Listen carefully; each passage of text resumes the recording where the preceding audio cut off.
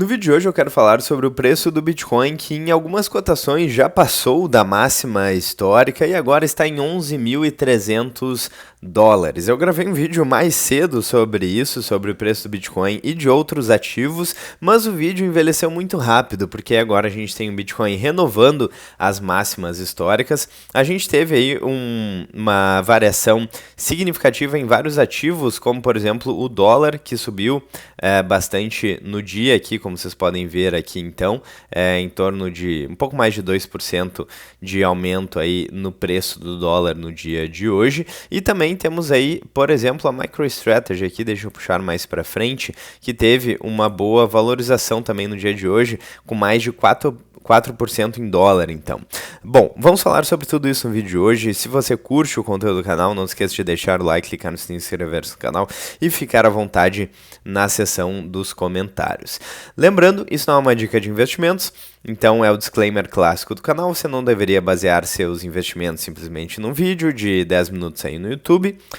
Então, dito isso, vamos dar uma olhada aqui nos dados, nos gráficos e fazer algumas observações. Então, o preço do Bitcoin novamente muito próximo da máxima histórica. Em alguns sites, em algumas exchanges, passou da máxima histórica, e eu tinha feito um vídeo prevendo o Bitcoin chegando na máxima histórica na semana passada, então eu errei por uma semana. É claro que a gente não tem como prever o futuro, mas a gente consegue analisar alguns padrões e fazer algumas estimativas aí, porque a vida do holder acaba sendo um pouco pacata. Então eu falei, por exemplo, do Bitcoin Rainbow Chart e falei também do Bitcoin Long Term Power Law, ou seja, são basicamente linhas de tendência com limites inferiores e superiores aí para a projeção do preço do Bitcoin, e o preço estava em uma média aí, próximo da linha média, a linha verde aqui, por exemplo, neste gráfico, e dicas de passagem nesse também, eles utilizam a cor verde para mostrar que o preço do Bitcoin não estava muito esticado segundo esses modelos. E quando a gente fala de ciclos do Bitcoin, historicamente eles têm 4 anos, certo? Muitas pessoas dizem que tem a ver com halving, outras dizem que não tem a ver com halving, mas o fato é que se a gente observar aqui em 2017, a gente viu uma alta histórica do Bitcoin, em 2021 também, e agora 2025 também estamos vendo. Então, de fato, o padrão se repetiu, não sabemos se vai continuar acontecendo, certo? Tem vários fatores aí na jogada, mas a gente vê também a economia dos Estados Unidos muito próxima da máxima histórica. Deixa eu achar o SP500 aqui. Então, a economia dos Estados Unidos muito próxima da máxima histórica. Então, basicamente, a gente tem um cenário de liquidez global. Deixa eu ir para o gráfico da liquidez global aqui. Então, isso aqui que vocês veem na tela é o M0, que é a expansão da base monetária do Banco Central dos Estados Unidos, o Federal Reserve.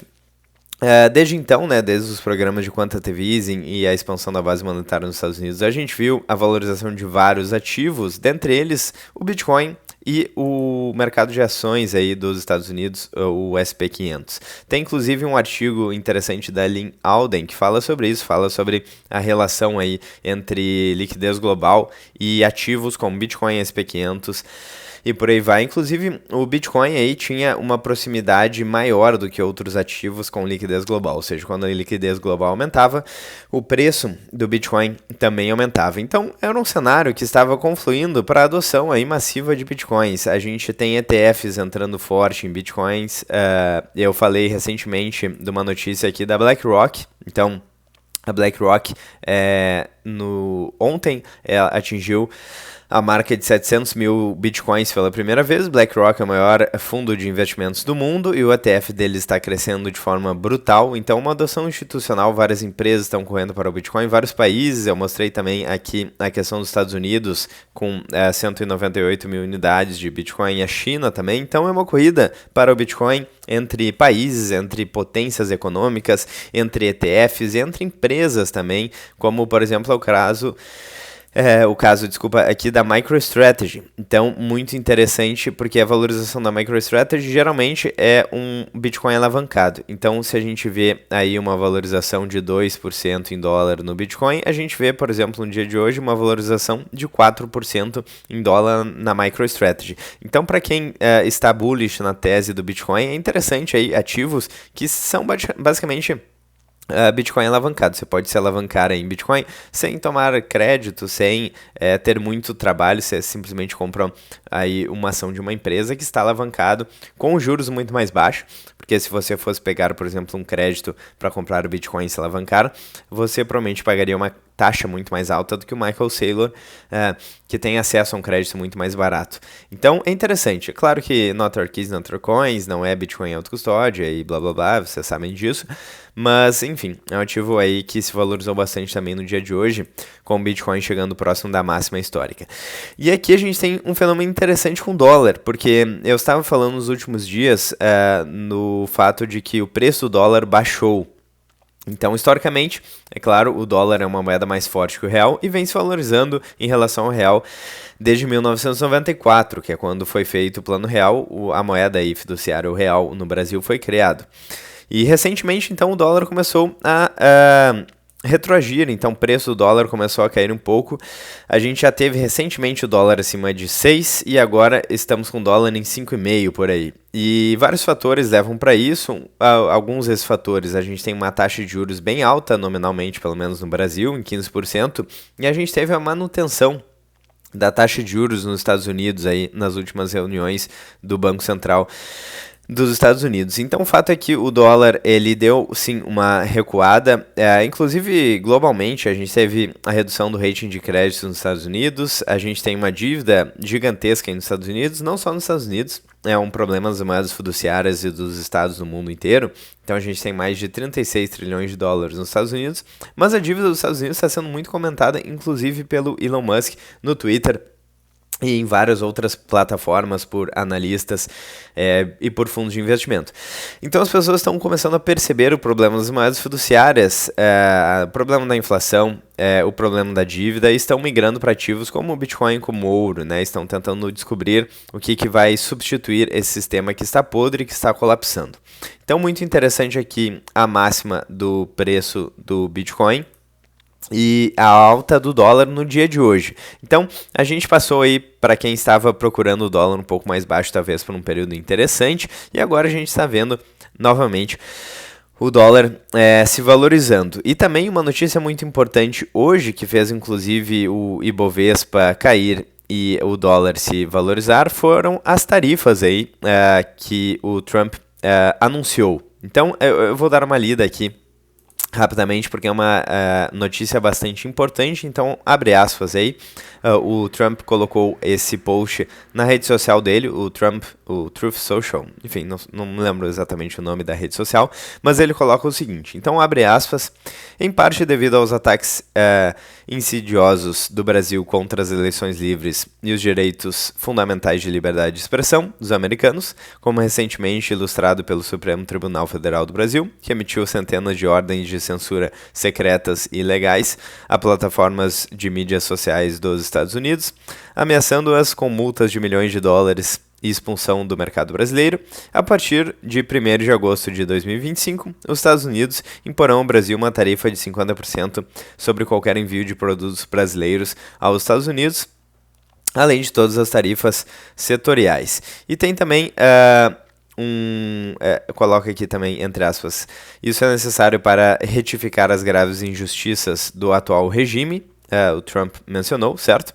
E aqui também no final, abre aspas, se você deseja abrir seus mercados comerciais até então fechados para os Estados Unidos e eliminar suas políticas e barreiras comerciais tarifárias e não tarifárias, talvez consideraremos um ajuste nesta carta. Essas tarifas podem ser modificadas para cima ou para baixo, dependendo da nossa relação com o seu país. Então as tarifas no Brasil já são altíssimas e os Estados Unidos está dando uma resposta a isso e a outros fatores que foram mencionados aqui. Então, isso fez com que a Bolsa no Brasil obviamente caísse e o dólar aumentasse então no dia de hoje. Aqui nós temos então o gráfico do Ibovespa com uma queda aí de 1,31% no dia de hoje. Então esse é o cenário, eu precisei reatualizar o cenário muito positivo aí em tese para o Bitcoin. Lembrando, não é uma dica de investimentos, não temos como prever o futuro se acontecer qualquer conflito ou qualquer crise de liquidez. Todos os ativos podem despencar, então não temos como fazer previsões, mas vocês podem observar que tem uma força compradora bastante forte no Bitcoin, e essa adesão institucional aí, seja da MicroStrategy, seja das empresas aí, as Bitcoin Treasury Companies ou ETFs que estão comprando Bitcoin, são compras aí que me parecem muito mais de longo prazo. Então não sei se teremos ainda esses ciclos de 4 anos para o Bitcoin. Talvez o que parece estar claro aqui é a volatilidade diminuindo então nos últimos ciclos, e pode ser que a gente não tenha mais ciclos tão voláteis e talvez em um período de alta mais longo e menos volátil, menos drástico aqui. Certo? Então é o que está aparecendo aqui. Eu quero muito saber a opinião de vocês nos comentários. Como vocês acham que o Bitcoin vai se comportar? Então, um cenário bastante interessante para o Bitcoin é claro, antes de fechar esse vídeo aqui, a gente falou do aumento do dólar, a gente falou da desvalorização aí da bolsa brasileira, mas se você acha ainda que você está tendo algum ganho real aí com a bolsa brasileira, por exemplo, vamos pegar aqui no máximo do gráfico que vem de 2006 até agora. Você pode pensar, beleza, eu tive ali um retorno um tanto pífio aí se comparado com outros ativos como ouro, Bitcoin, o próprio ETF da Argentina, MicroStrategy, enfim, vários outros ativos, mas você pode pensar, beleza, há um retorno nominal. Mas de fato, esse retorno é apenas nominal, porque, por exemplo, se a gente for corrigir apenas pelo dólar, o Ibovespa, a gente tem aí uma desvalorização desde 2010. Então, sempre que quando você for cotar aí a valorização de ativos, cuidado para não cair na armadilha da valorização nominal. Então, nominalmente, o Ibovespa se valorizou aí nas últimas décadas, mas o ganho real disso foi negativo, porque se a gente corrigir apenas pelo dólar, por exemplo, a gente tem uma desvalorização no Ibovespa, e se a gente corrigir por outros índices como o M2, expansão da base monetária e por aí vai, o estrago ainda é maior. Então, muito cuidado, pense sempre na rentabilidade em dólar, pelo menos, ou faça aí, desconte a inflação real, a expansão da base monetária, M2, por exemplo, para você não cair na armadilha aí de achar que está ganhando dinheiro, mas o seu poder de compra, na verdade, está sendo corroído